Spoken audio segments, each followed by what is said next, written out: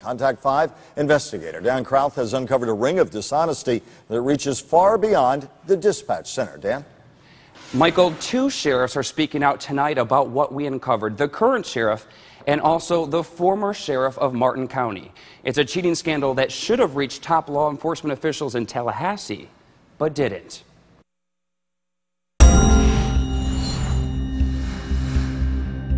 Cheating. Does anybody hear me? You've heard about it in a classroom. Would you like to meet with a deputy? But what about a 911 dispatch center? Were you paid to do this or anything? So you just did it as a personal favor to these people? Were they present when you took the test? Some of them were. So you say that you were cleared, but you on tape admitted to cheating. Really, I have nothing to say to you, so. She did talk to investigators. I just thought other people were doing it, so I didn't think it was that big a deal. Was this a big deal to you? Well, anytime there's a lapse of integrity, it's a big deal to me. Records show it involves some of the county's top deputies. It's embarrassing. It's really embarrassing. Were you aware of this incident that took place in the past? No, I heard it first from your news organization. Every 2 years, dispatchers and deputies across the state are required to take an online exam. It's a good test just to make sure they understand the rules of the road. Back in 2009, when a Martin County dispatcher failed her test, she sent this text message to her boss stating why. A supervisor usually took the test for her. At this time, I'm going to place you under oath. It's something that supervisor, Rebecca Timmons, admitted to during a recorded interview. Have you done that? Yes, I did it. I admitted that I'm sorry for doing it and that will never happen again. She admitted to taking the test for not only another dispatcher. Who did you take exams for? Several of the deputies, sergeants. 11 other law enforcement officials. An internal investigation backed up the claims. Records show the actions violated department policy and state law. I'm the one where the buck stops, as they say. Former Sheriff Robert Crowder was the man in charge. Who do you think should have been punished? When someone in this business shows a lack of integrity, they don't need to be working with us anymore. For the dispatcher or the deputies as well? As far as I'm concerned, both. That didn't happen. The dispatcher involved received her test certification along with the 11 other deputies and sergeants involved, but none of them received any type of formal punishment, not even a written reprimand. How can a case just go closed without any punishment? I did not take it to task because I was not aware that it was being overlooked that way. You knew the investigation was taking place, but there was no follow-up. You never asked, hey, what happened to those deputies involved? What happened to that dispatcher Well, I was involved? told it had been handled, and with everything else that was going on, I didn't take it upon myself, and obviously looking back, I probably should have. Not only was the case closed early, it wasn't reported to the Florida Department of Law Enforcement as required. It's their test. Why wasn't this case reported to FDLE? That I don't know, because in our procedures it should have been reported. After the investigation, dispatcher Timmons resigned, only to be rehired 4 months later. Her reemployment screening shows she had a clean record, so there was no reason not to hire her back. I'm personally disappointed. Sheriff Snyder wasn't with the department when it happened, but he is the boss now. Knowing what you know now about these workers, would you hire them? I would not hire somebody who I could not believe in to be an outstanding and upstanding employee with a good moral character. Can you trust these employees now knowing what they were accused of in the past? In total, the big picture, these are good employees, and I feel comfortable with them being here. The tests now have to be taken on this computer that's monitored at the front of the dispatch room. What do you have to say to people when they hear about this who may be concerned about the integrity of the law enforcement officials who are still employed today? I'm confident that they learned and they will not repeat this kind of action again. But how do I convince anyone else about that? So I just have to understand that people are going to feel the way they feel about this, and at this point there's not much I can do about that. No discipline or charges can be filed now because the statute of limitations has run out. Kelly, most dispatchers are lifesavers, but we searched through hundreds of records and 911 calls and discovered a pattern of problems at some dispatch centers across our area. A handful of dispatchers making mistakes on the job.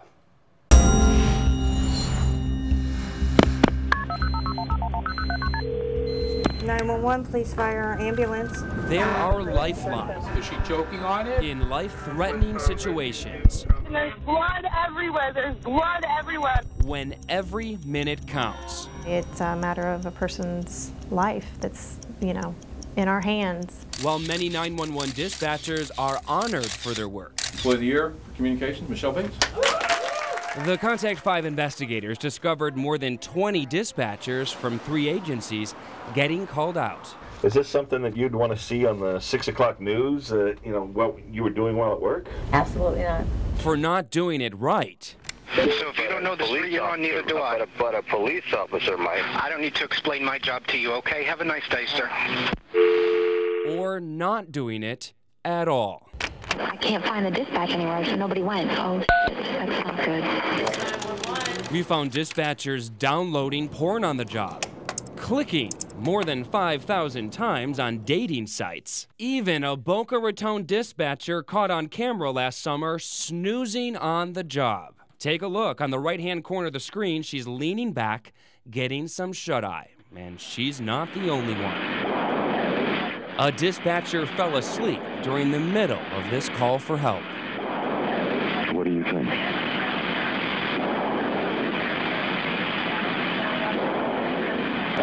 In Delray Beach, she's one of 4 dispatchers caught falling asleep on the job over a 4-year period, including a supervisor. He was laid back in the chair with his feet up. During a taped interview, co-workers said they had to wake him up. But I remember hearing him snoring off and on that morning. It's the same supervisor who wrote this memo, warning workers to stay awake. And it doesn't stop there. In some cases, emergency medical crews aren't being dispatched. I saw red. That's what I saw. When Brianna Colbeck was involved in a 3-car accident in Port St. Lucie. And he just ran right into the back of my car. Drivers called 911. Why don't I send rescue out there, man? At least have her checked out, okay? But rescue didn't show up. The dispatcher didn't call them. Sounds like a big mistake on his part. Records show it happened 7 times over 3 years in St. Lucie County alone. How does something like that happen? You get caught up in the call, or if the phones are ringing a lot, you move on to the next one too fast. One of your managers said it can mean the difference between life and death. Absolutely, it sure can. The punishment, 2 unpaid days off from work. Is a 24-hour suspension enough? It does catch their attention, and a lot of them, the ones that you reviewed, are not repeat offenders. I think they should be fired and fined. In fact, none of the dispatchers in our story were fired over what happened. Each agency has its own disciplinary rules. In Boca Raton, remember that worker caught lounging on the job? She was put on leave and transferred out of the department. In Delray Beach, the sleeping workers received letters of reprimand. The snoring supervisor, an 8-hour suspension. To me, if you fall asleep, it's a 1-strike deal. 1 strike and you're out. Commissioner Adam Frankel brought it to the attention of the entire city commission. They're now doing their own investigation. And that's a pretty serious issue. It's not just somebody falling asleep in a squad car. The deputy is already en route. Meanwhile, many of the dispatchers we mentioned are still on the job. 911 emergency. Continuing to answer your calls for help. How can I help you? They're humans, and you don't want to make a mistake, period, but it's gonna happen. We'll be out there shortly. Okay, thank you. I just checked in with Commissioner Frankel, and we are still waiting to hear back from the city manager in Delray Beach about the severity of the discipline for the sleeping dispatchers. It could be any day. We did call 30 minutes ago. That we've been waiting for over 30 minutes for them to come. They called 911 for help time after time after time. So why did it take deputies more than a half hour to show up at a daycare center full of children? The Contact 5 investigators have been uncovering 911 dispatcher problems. Tonight, they're learning new details about a recent high-profile case that has parents concerned.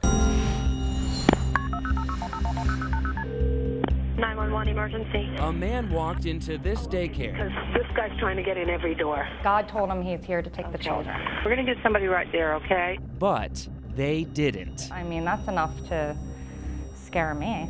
We know how it ended, peacefully. The children, including Melissa Kaplan's son, are all right. They're like, everything's okay now. But it's not okay. But the Contact 5 investigators went back to the beginning to uncover what really happened. How long did it take for the police to show up? It took the police 40 minutes to get there. We asked the Palm Beach County Sheriff's Office why it took 40 minutes to get there this morning. They told us it was shift change. Why were parents led to believe that this was a shift change problem when it really comes down to a dispatch problem? I don't think it was a, so to speak, dispatch problem. I think it was a lack of communications.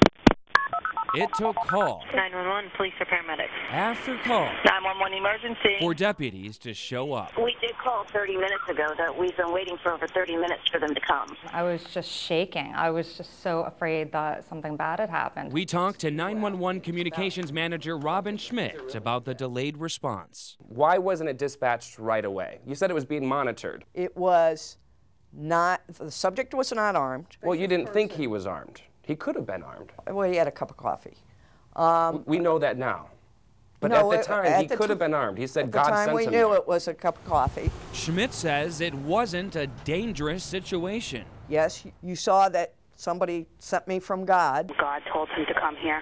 There wasn't somebody being threatened. Like I said, the fathers have him confronted. There wasn't any immediate danger. He's getting confrontational. It didn't escalate until the verbal altercation took place, at which time it was immediately dispatched. That was 24 minutes later. So the dispatcher knew what was going on, but the deputies in the field had no idea. That's correct, because they haven't been given that information over the radio yet. Especially after what happened in Newtown, how come I don't understand what was happening. The dispatcher and his supervisor were disciplined. The dispatcher should have been a little bit more timely in dispatching the call.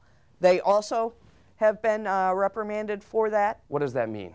Written reprimand. I'm concerned for my safety and my kids' safety. Like, is it next time we call the police, is it going to take them that long? And what do you have to say to parents who worry the next time they have to call 911? I would say let's listen to the other 2,000 calls and see what a great job they did. I don't really think they have to worry about that. Personnel records show the dispatcher in this case was also involved in an incident a week later. He waited 21 minutes before sending deputies to a fight. Both of those calls got him the written reprimand.